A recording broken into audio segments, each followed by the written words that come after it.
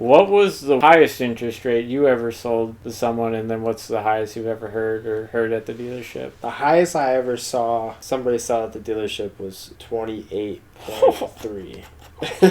Ridiculous. Oh my god. We had to go to an out-of-state bank even because in Minnesota, the banks that we were dealing with, their highest is actually 20%. We had to do an out-of-state bank to get them approved. Do you remember kind of the story there? Like why was his credit so bad, or? They both were 500. As a married couple? Yeah, okay. And they were both on the loan, both 500, but they had money down. And they had to put like 60% of the vehicle down. And, even then, it was still fucking almost a 30% interest rate. And then mine was just that 18. That was the highest. So straight up, you can use a vehicle as a down payment? Yeah. At most car dealerships? If they finagle it right. Because like, technically, to the bank, it looks like a down payment. Okay. As long as there's no negative equity going into it. This we can kind of lump together trade-ins and interest rates, because you were talking about interest rates. The biggest Karens were people worried about interest rates. 100%. Because sometimes Chevy would do the 0% for like 60 months or whatever. But if anybody missed that window, they would freak out. There was times where we couldn't add those 2 points on, and it would still be at like 3.2, maybe a 2.9%, and people would lose their mind that they got an interest rate that high. Lose their mind. He's like, I should have a 1.5 at the highest. The last time I bought a car 20 years ago, I had a 1.4 interest. I was like, dude, that was so long ago. Yeah. It's just not the market anymore. And they would lose their mind. I was like, I can go get an interest rate for less than that somewhere else. Okay. Yeah, good luck. Bye. I got other things to do. And there was one time, there was an argument with this one lady to the point I was done. I just couldn't deal with her anymore. Mm-hmm. And I called my manager over and to have him kind of work it because I was lost because she was just going off on different tangents off of 0.3% off an interest rate. And so I was just like sitting there listening, and because it was my deal, so I'd just sit there. And I kind of like zoned off because they were just talking for a half hour. And finally, it was done. They just walked or whatever. And I walked over. It was like the sales row. It's just where the managers sit, and you just go there to kind of talk or hide from customers. And Zach looked at me. He's like, dude, you walk around the dealership usually with a smile on your face and stuff like that. You need to learn how to hide your emotions because you look like you never hated somebody more in your entire life. She just wouldn't shut up, and it's just 0.3%. Just stop. Yeah. Just stop. And then like trade-ins and stuff like that, people don't understand that dealerships use Kelley Blue Book.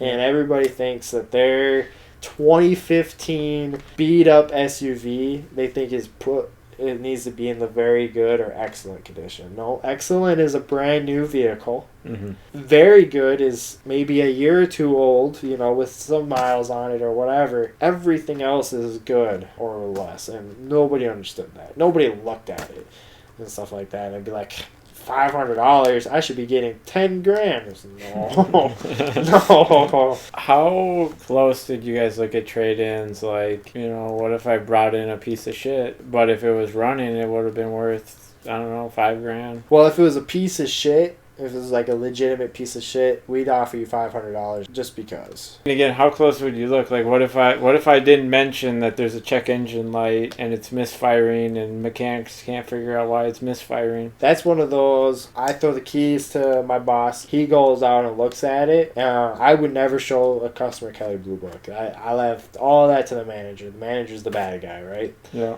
He goes, takes a look at it, maybe drives it around the block if like an engine light or something like that comes on. But then that's 8 tires are looking a little bit bald. We have to figure out what that engine light is, so that's an inspection, and then we got to fix it. So maybe knock off with the tires $1,500 off the price or off the trade-in and stuff like that, right? Yeah. The thing I liked was we explained why we would take money off of a trade-in. Yeah, that's good. Some dealerships don't do that. It's just we'll give you $3,000 for it or whatever. whatsoever. Yeah. And say we could have been at 8, but because of this stuff I have to put into it, plus I gotta sell the vehicle, we're looking at 6 or 4. And I guess I've just always wondered that if you guys or car sales people even look at the trade-in, or if it's. And I'm not gonna lie, I got the Subaru Forester. I've had it at 2 different shops twice, and they can't figure out the check engine or it's got a misfire, and they can't figure it out. So I don't know what the fuck I'm gonna do with that thing. Super. Anyone else blow up about their trade-ins? Oh, you guys are ripping me off. Oh.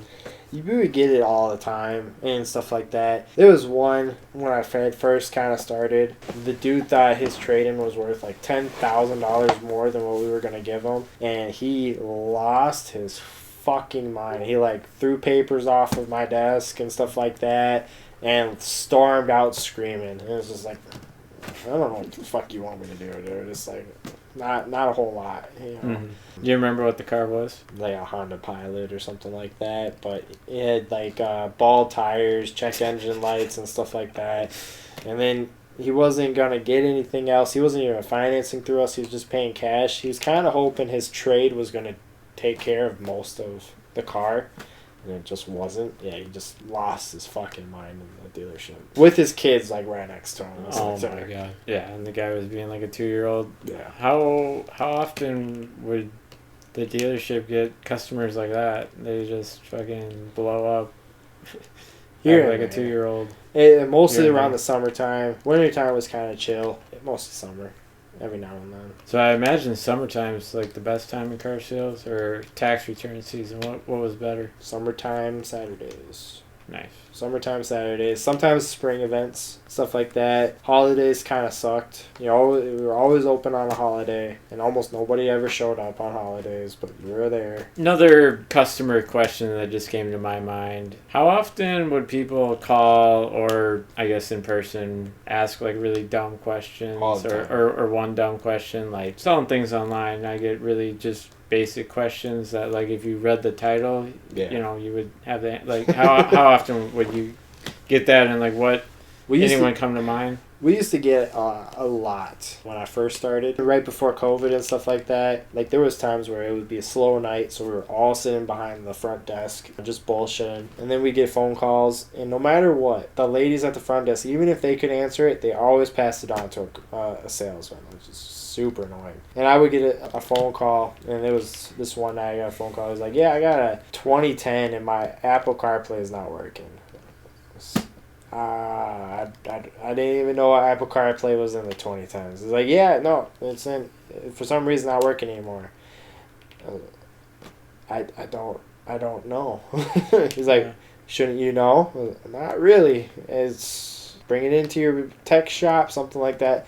Turns out, like, Apple CarPlay only like lasts for a certain amount of years in vehicles, and then it stops working because of like updates and shit like that. Yeah. I don't fucking know. Bring it to a dealership, you know, take it to somebody. Yeah. Ask that question. Or call Apple, I feel like, in that case. Yeah. I feel like they would have a better bet than a random car dealership. But we would get the phone calls all the time if we have Corvettes, you know, all the time. And it's just, no, or we'll have 1 or 2, but you have to be on a waiting list. Well, how long is the waiting list? Like 5 years. It's like, I'm not going to get a car for 5 years. It's like, maybe. You also have to put like a $10,000 down payment down. He's like, what the fuck? And you hang up on it. What about, were there ever thieves? Was there ever stealing in the car sales industry? Shoplifters? I don't know what they'd steal or how. Tires. Like right out of the shop? Off of the vehicles in the middle of the night. We had a couple times that happen, and that would happen around the neighborhood. But when we were in the trailers, some of us would leave our surfaces like in the trailer, right? So they could charge overnight. No point in bringing them home or whatever. Yeah. I would always bring mine home because I just carried a backpack with me everywhere I went. We came in Saturday morning. We were gearing up. It was going to be a super busy day, and our trailer got broken into. I think I remember you saying this. Yeah. They took everything. They took keys to vehicles. Yeah. They took all the surfaces they could find. They took some cash out of the petty cash drawer. They took fucking computers, car keys. They took license plates. They took everything that wasn't nailed down. We came in, it's just like, oh, we don't even know how we're going to sell a car. Yeah. None of the managers had fucking computers, nothing. Somehow we made it through that day, but yeah, it was nuts. Yeah. Nuts. So I imagine, like, the people in charge there were pissed off that day. Oh, yeah, 100%. And we had one computer, mine, because I brought mine home. So everybody shared one. I guess you're the only one that could sell. Everybody shared one. You had the community computer. Yeah, basically. I had appointments that day. Everybody else had appointments. I was like, dude, we fucking cancel our appointments. Like, what the fuck? How are we supposed to do this? We don't even know if we had keys to these vehicles. Oh, shit. Yeah, it was nuts. So, they didn't take any vehicles, though, right? No, they just took the keys. Yeah, that's weird, though. Why would they take keys? Because I feel like keys for a random car, there wouldn't be any money in that. Well, there's GPSs on all the cars. So if you still steal a car, we have the VIN numbers. And they all have OnStar. Yeah. So. And the VIN number, and trying to steal that, like, it would come up stolen, so you'd be an idiot trying to sell it. The keys are expensive because they all have, like, all the CPU stuff in them. So I'm sure there's some kind of aftermarket for keys. Okay. Of some kind or whatever. Maybe but if you take them international or something, you can somehow fix it. Rekey it. So, okay, you had thieves. How often would a tire be missing? Not often. It happened once when I was there, and then they would put a couple cars on, like, cinder blocks. How often would people call and ask for a Duramax? All the time. Yeah? All the time. We never had Duramaxes. Never. Almost never. I think Brandon, he said when he bought his, he was saying that, like, only 3 Chevy dealerships in, like, the whole state had them at the time, and he got one of the 3 or something. Yeah, especially during COVID. It was during COVID, yeah. There was, like, 6 trucks in the St. Paul area at one point in time. 6. Yeah. And the rest of them were on hold. And then I went back to the dealership not too long ago, because I had some work getting done on my Equinox. And as far as for new vehicles, they were all selling them on a piece of paper. It was like, these are coming in within the next maybe 6 months. Do you want it? And that was how they were selling vehicles. Wait, how long ago was this? About a year ago. Oh my god, 2023, and they're still, like, that back. Wow. Did you ever sell a Duramax? Yeah, a couple of them. Not too bad. People like them? The ones that do. Yeah. The ones that do. Yeah. Nah, not me. Not me. Was there any vehicles you sold and then you found out later people weren't happy with them because maybe they needed a lot of maintenance or work? Or 2012 Chevy Equinoxes. Apparently within that time frame in the 2012s, oil would magically, like, disappear out of the vehicle and stuff like that. So apparently they needed a lot of work. Apparently it was a really bad year. Yeah. So I found that out pretty quick. So those, and then customers would have, like, this fucking, like, the plague for cars that had gone through, like, our rental program. Like, when they're waiting for their vehicle to be done for, like, a day or two, they would take one of our vehicles or whatever for a day or two, you know? Yeah. Or we were using the Maplewood Mall parking lot for some of our newer cars. So we would transport back and forth to get new cars. Sometimes, the biggest pain in the ass in the world. So we had one vehicle or 2 vehicles and just for shuttling back and forth. Nobody wanted to buy those. Nobody. Because it's like, they're too hard on them. All they do is put their foot on the gas and burn it out. It's like, that's just not how that works. So why were you guys storing cars at Maplewood Mall? Because we were under construction, so we didn't have the space in the lot. Even now, if you go that way, there's a whole area of the parking lot that's closed off because the dealership across the street is using that for storage. Of course, customers would want to see that. Always they wanted to see the cars that were at the mall. They never wanted to see the cars that were at the lot. So then that takes an extra 20 minutes to go all the way down to the mall, and then I'll come all the way back, and then they wouldn't even buy the fucking car. Oh, of course. There's one story I remember from years ago you telling me. I'll start, and just once you know who I'm talking about, you can take over. Not a very long story, but, like, you, like, sold a new car to someone or sold something, like, just leaving the parking lot, they, like... Oh. Yeah. Give us this story. Like, what were they buying? If you remember, what was their life like? This is the story talking about. This guy came in, and he was buying, I don't remember if it was a new or used Chevy Traverse. He wanted that third row. We were looking at a few of them and everything, right? Didn't buy that day. Just didn't buy. So I left, and dude came back on my day off and was dealing with my sales manager so that I could get the full deal. I just wasn't in that day. But I came in and started to deal with him a little bit. We worked through the car deal. He's kind of a prick towards the end, and it was kind of whatever. Then dude gets in his car, backs up, and floors it out of the parking lot. Full fucking speed. It's like, all right, what the fuck? And then he doesn't even look. Goes through, fucking T-bone somebody. Wrecks his new car. Just got off the lot. Wrecked somebody else's car. He doesn't even have insurance on this Traverse yet. And he wants to blame us. He's like, oh, you sold me a car with bad brakes. I tried to hit the brakes. No, the fuck you didn't. You just bolted because you were pissed off. Yeah. Yeah, it was just a disaster. And I feel like you guys can test that, even in a broken car, that the brakes are fine. Right. There's always people trying to work the system. Always somebody trying to work the system. So, did you guys watch him T-bone a guy? Yeah. I guess for the people watching that don't know, that the dealership is right on a highway. Yeah. So right next to it. Yeah. Right. You turn one side of the dealership, and then the next turn, I don't know, 20 feet is you're on a highway. Yep. And the guy wasn't looking, and fucking dumbass. Wow. Was there any kind of service to add like skins or tints to cars? We did have a program you could do to do tints, but we never got back in for it, so we would just give you like the call, the card or whatever to call somebody. We did have like the bug shield, then we would have like the spray at the bottom, which is kind of good for Minnesota cars for like salt and stuff like that. But no but people crazy never like that. Just because sometimes you see trucks and they got like anime characters on the side.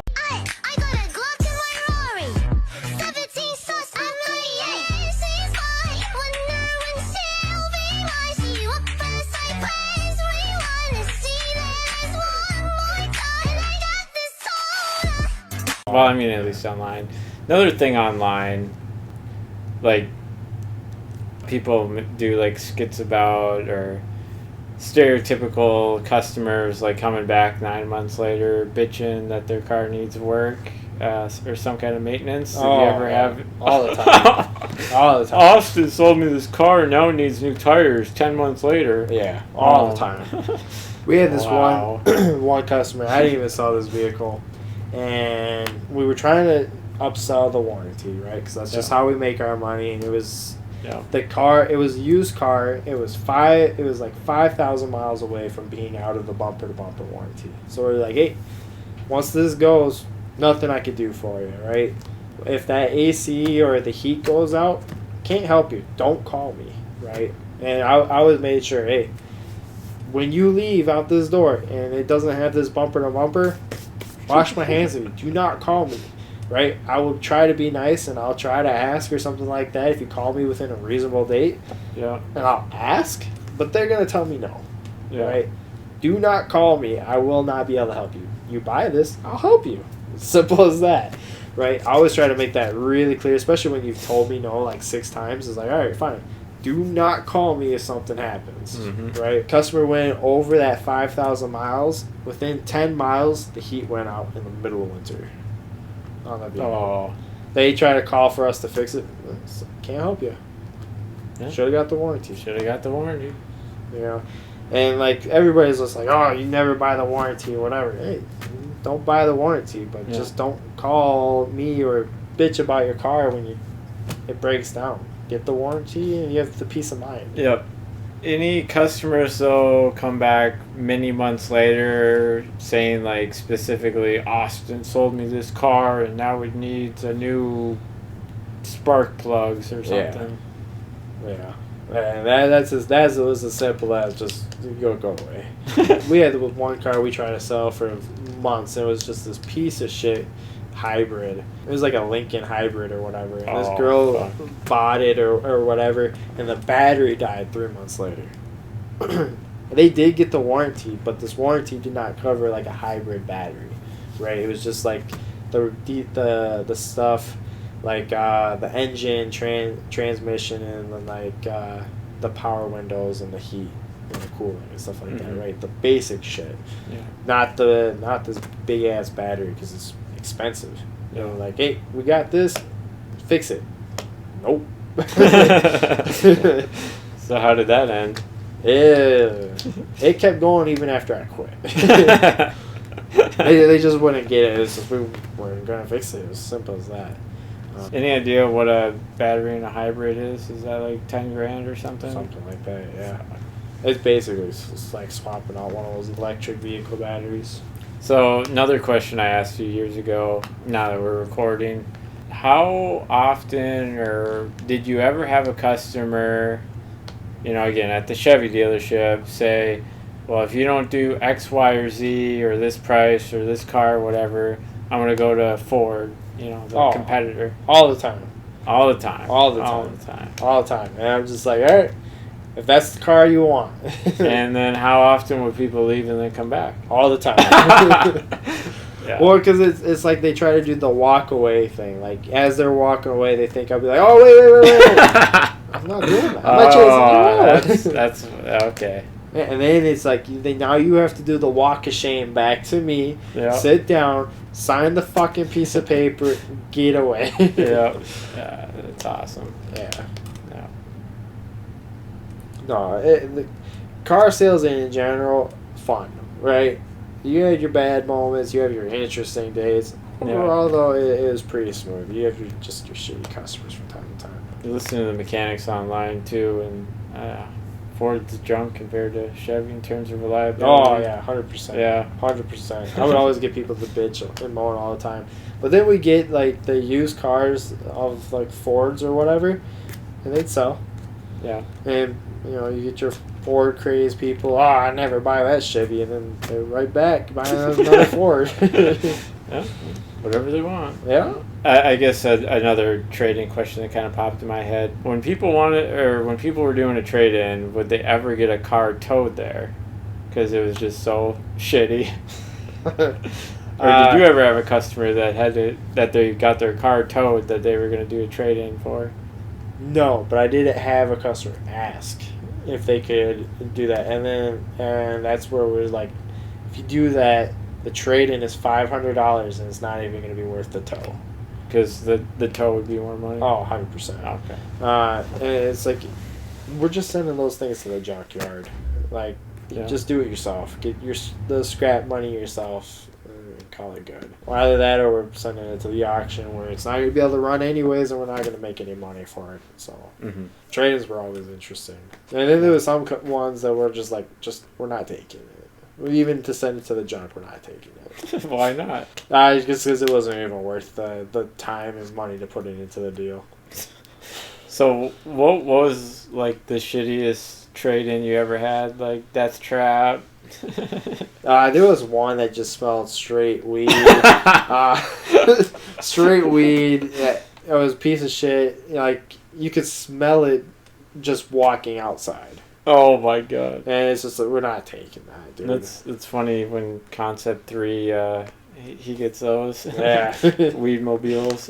Yeah. And that's just one of those, dude, you'd have to sit in the ozone for days, and even then it probably wouldn't even smell good at that point. So yeah, no, there was lots of stupid ones like that. Any other customers that were just a complete waste of time because you thought they had no money, or there's a million of them. But what about, so like there's another set of like TikToks I'll get. Customer will just have no money, no car to trade in. Yep. Then how do you finance? That's one of those where it's like, we'll go through, I'll fill out the credit application with you and I'll send it through, and then my boss can see what your credit score is instantly. If that credit score and that income doesn't look like we're going to get a car deal, hey, go ahead, head on home and stuff like that. I'll call you when I have anything. And then I'll never call you back. So let's change gears a little bit. What was like an example of like a good customer, like 800 credit score, made a lot of money at whatever job, 100K salary. A good customer, I'll put it this way, is just somebody knows what vehicle they already want, just wants to look at it, maybe take it for a quick test drive, finance through the dealership, has a decent credit score. I don't need crazy good credit score or whatever. Yeah. And decent income, and then wants back end, right? Mm-hmm. And understands it can be on the same wave. Like, hey, this will potentially right save you some money in the long run in case something happens. Right, worst case scenario.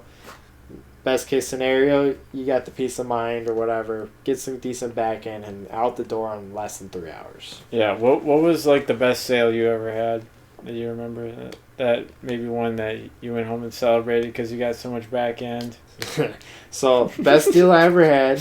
Yeah. That turned into one of the worst deals I ever had. I sold this dude a black Suburban off of a business deal. Now business deals have higher interest rates because they go through a business. And they don't typically have good credit lines. Oh. So it was a higher interest rate, so I had big back end just on his interest, right? Yep. This dude ran a funeral business, but it was all online. Didn't make any sense. Dude was a prick anyway. So I went in on this menu. I had the most perfect, we call them blue sheets, and it's just writing things out, like objections and like how I could save you money, blah, blah, blah in the long run. I had one of the most beautiful blue sheets I've ever did. I raked the coals with this guy. He bought almost everything, right? I had like almost 10 G's on the back end of this car deal. My first car deal of the month. I sold no back end the rest of the month, besides one or two little stragglers here and there. Rest of mine were like stupid cash deals or going through their credit unions and stuff like that, which was irritating. My back end at the end of the month was still almost $6,000 just off of this dude's car deal. That was one of my biggest car months. I made almost $10,000 that month. Just off of the one deal. Off of one deal. So the guy was pretty much just saying yes to everything? He would fight a little bit, but I was like, you want the car to look good, right? Yeah. All right, well, then you're going to get this. And that was kind of all the fight. He was a prick, but he kind of was just said yes to everything. But they came to bite me in the ass like 6 months later. He called because his registration was wrong. Because he told me the wrong address, and he wanted, for tax purposes, because the whole vehicle was a tax write-off, he needed it to be addressed the same as his business. Oh. And he had me put it down as for his home address. So he wasn't able to write off nothing off of this. Oh, so he was pissed. Oh, yeah, it was like a $130,000 vehicle at the end of everything. So, yeah, no, he was pissed because he couldn't write off anything. He was just screwed. I was like, nothing I can do. That's how you wanted it. Yeah. I think eventually he was able to do it, but it was just more of a pain in the ass on his part. Yeah. Yeah, I feel like in the tax world they somehow figured that out. Yeah. Or at least wasn't my problem. Do it anyways, and if you get audited, right? Then you're screwed. But $130,000, figured it out somehow. Mm-hmm. Any customers bitch out your manager or any of your bosses? Here and there, but like nothing crazy. Yeah, it wasn't that big of a deal. Nothing crazy. Come in and do test drives, but you had a pretty good feeling right away that they weren't all the time. Oh my god! All the time. People would come in just to look at vehicles and stuff like that. And like, all right, and then they'd be like, all right, we'll call you later and stuff like that. And they would never call. Wow. Yeah. So that's the many customers at the Chevy dealership you dealt with. You're a Walsher.